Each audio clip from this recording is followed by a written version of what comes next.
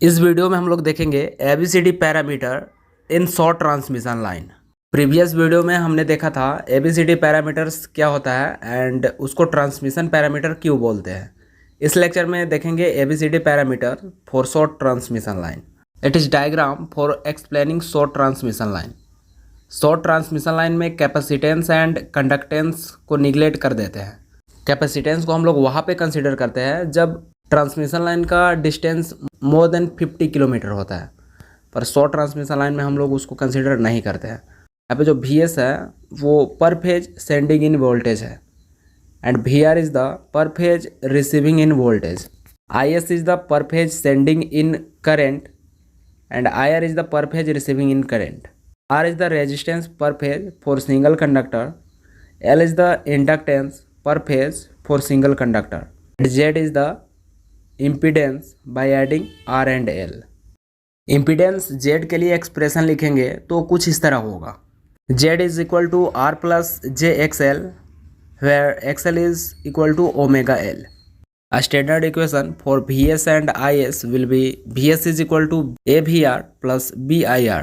And IS is equal to CVR plus DIR. After applying KVL in diagram, VS is equal to VR plus IRZ. Equation 3. IS is equal to IR or IS is equal to OVR plus IR. Suppose it is equation 4. जब equation 3 and 4 को हम लोग compare करेंगे with equation 1 and 2, then we get A is equal to 1, B is equal to Z, C is equal to 0 and D is equal to 1। जब above equations को आप compare करेंगे तो ABCD पैरामीटर का जो कांस्टेंट वैल्यू है वो कुछ इस तरह मिलता है। जब इक्वेशन 3 एंड 4 को मैट्रिक्स के फॉर्म में लिखेंगे तो कुछ इस तरह होगा। VS IS that is sending end voltage and sending end current and ABCD parameter का वैल्यू होगा 1 Z 0 and 1 and VR IR that is receiving voltage and receiving current. Units को अगर हम लोग देखें तो इसमें A and D unit less होगा क्योंकि 1 एक कांस्टेंट होता है एंड B का यूनिट ओम होगा एंड C का वैल्यू 0 है तो उसका भी यूनिट नहीं होगा।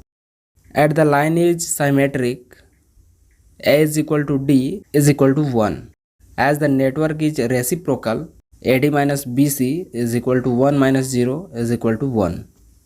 जो ओवरहेड ट्रांसमिशन लाइन रहता है उसमें रेजिस्टेंस, इंडक्टेंस एंड कैपेसिटेंस जो होता है होल लेंथ में यूनिफॉर्मली डिस्ट्रीब्यूट रहता है एंड पर यूनिट लेंथ के लिए हम लोग रेजिस्टेंस, इंडक्टेंस एंड कैपेसिटेंस को फाइंड कर सकते हैं। रेजिस्टेंस एक फैक्टर होता है जो कि ट्रांसमिशन लाइन में फ्लो करने वाली करंट को रेसिस्ट करता है और ओपोज करता है एंड जो रेजिस्टेंस होता है वो होल लाइन में डिस्ट्रीब्यूटेड रहता है। Let R is the length of conductor per unit length and L is the length of conductor, इसलिए resistance of whole conductor will be R is equal to RL। Inductance, जो transmission line होती है उसमें high voltage AC power transmit होती है and उस AC current के कारण कंडक्टर के around changing magnetic flux setup होता है and due to this flux linkage the conductor poses the inductance.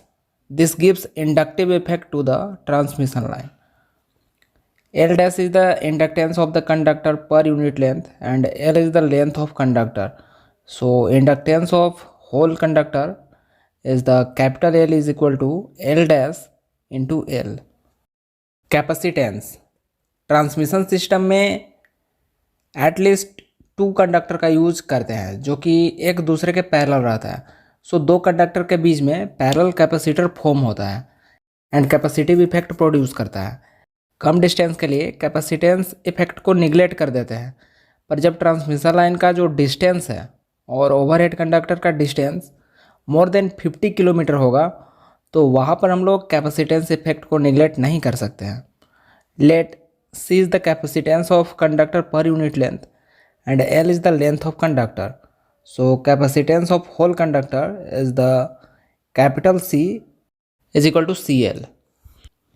यहाँ पर ट्रांसमिशन लाइन का इक्विवेलेंट सर्किट दिखाया गया है जहाँ पर इंडक्टेंस एंड रेजिस्टेंस सीरीज में कनेक्ट रहता है एंड कैपेसिटेंस जो है वो पैरेलल में है। एंड केबल के केस में कंडक्टर पर हैवी इंसुलेशन प्रोवाइड किया जाता है, जिसके कारण केबल में रेजिस्टेंस एंड कैपेसिटेंस एग्जिस्ट करता है। पावर सिस्टम में सिंक्रोनस जनरेटर जो है वो most important and complicated element है।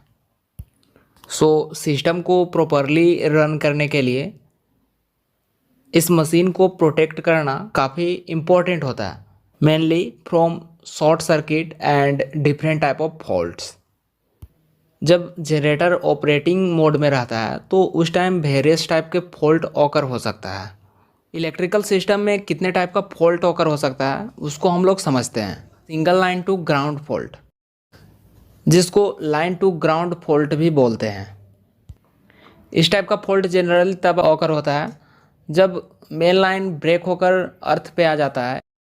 पावर सिस्टम में इस टाइप का जो फॉल्ट है वो सबसे ज़्यादा ऑकर होता है, अबाउट 70% इसका चांस रहता है। नेक्स्ट है फेज टू फेज फॉल्ट।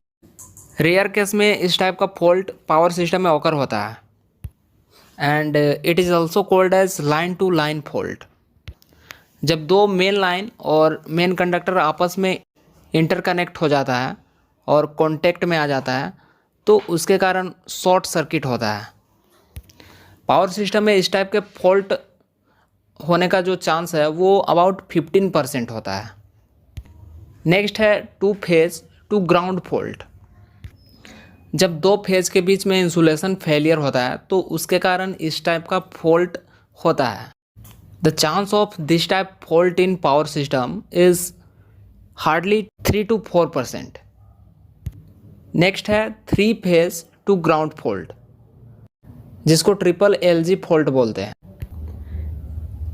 इस टाइप का फॉल्ट तब ऑकर होता है जब तीनों मेन फेज का इंसुलेशन है वो फेल हो जाता है। इस टाइप के फॉल्ट का भी चांस अबाउट 3% होता है। एंड लास्ट है all three phase short circuited.